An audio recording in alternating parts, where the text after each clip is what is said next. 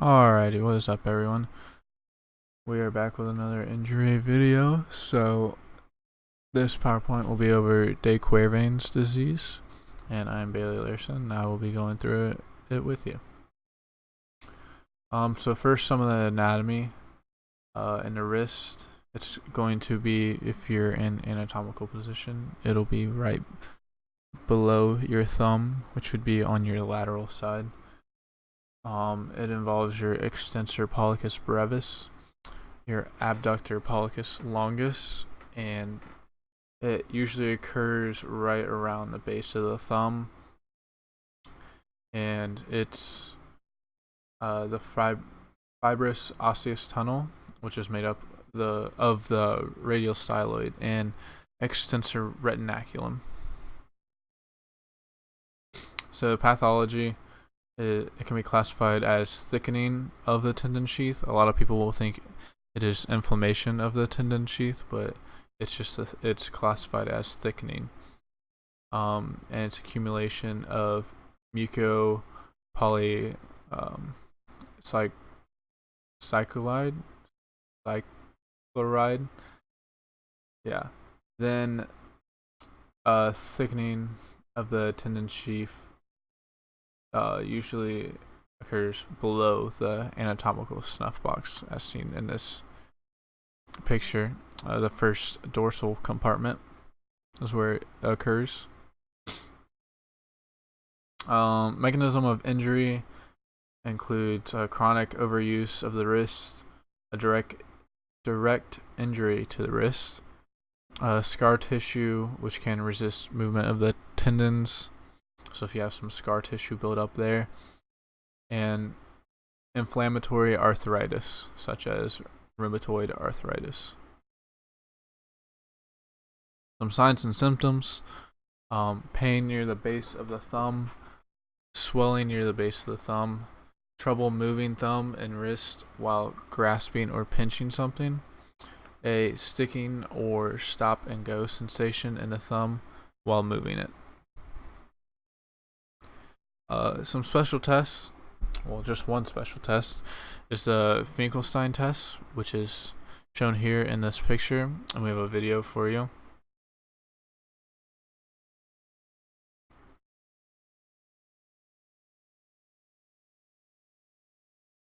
National Donut Day. Every day is a reason to celebrate. Grab a Merry Millions today. In this video, we are going to show you the original version of the Finkelstein test for decalvous tendonitis of the thumb.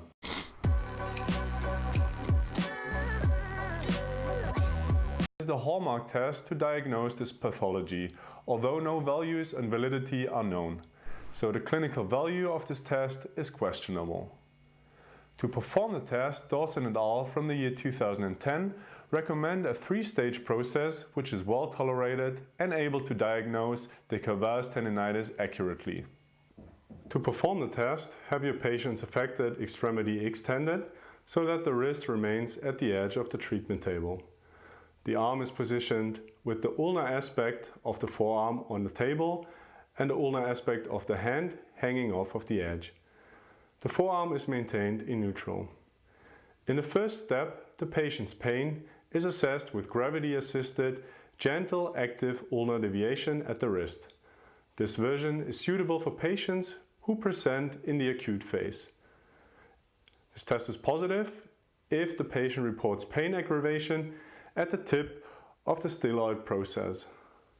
If version 1 does not elicit pain, gently apply an ulnar deviation force to the hand, which results in increased passive stretch across the first dorsal compartment.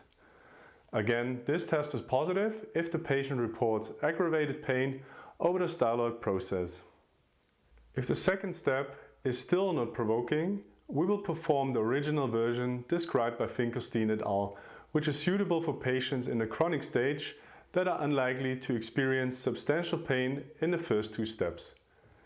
In this third step, grasp the thumb and then passively flex it into the palm.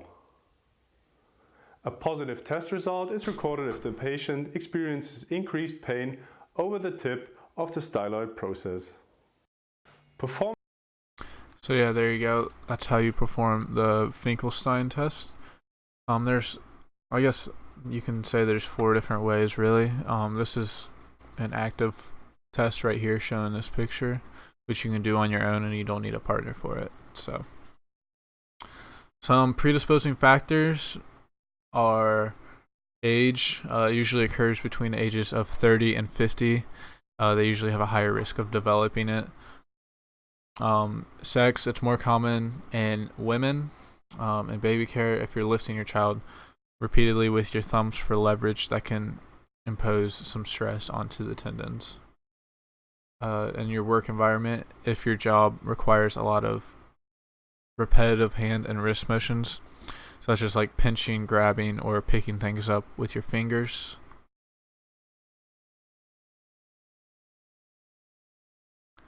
Some differential diagnosis for Quervain's disease would be a ganglion cyst, osteoarthritis of the first extensor compartment, radial nerve entrapment of the forearm, and wrist extensor tendinopathy. Some management and treatment, applying heat or ice, taking some NSAIDs, avoid activity that can cause pain, wearing a splint for 4 to 6 weeks. Injections of steroids can also help, and if a severe case, a compartment surgery to relieve the pressure. So for referral and immobilization, if severe, refer to doctor for possible surgery, and then you can use a splint to restrict movement for 4 to 6 weeks. Prevention. The only prevention necessary is preventing repetitive movements of your hand and wrist. Try to avoid it. Change up your style every now and then to avoid inflaming the tendons.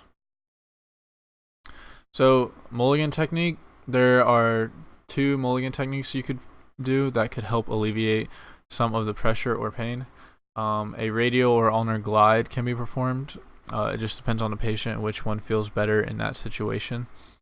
And you do that with the radial deviation also, testing it with the movement and stuff like that to see if it feels better. In most cases it'll probably be radial, but honestly it just depends on the patient and what he or she likes. Alright, so for my PCOT, I'm going to let you guys read through this. I'm not going to read all of this for you guys. I'll pause the video here and let you guys read through it.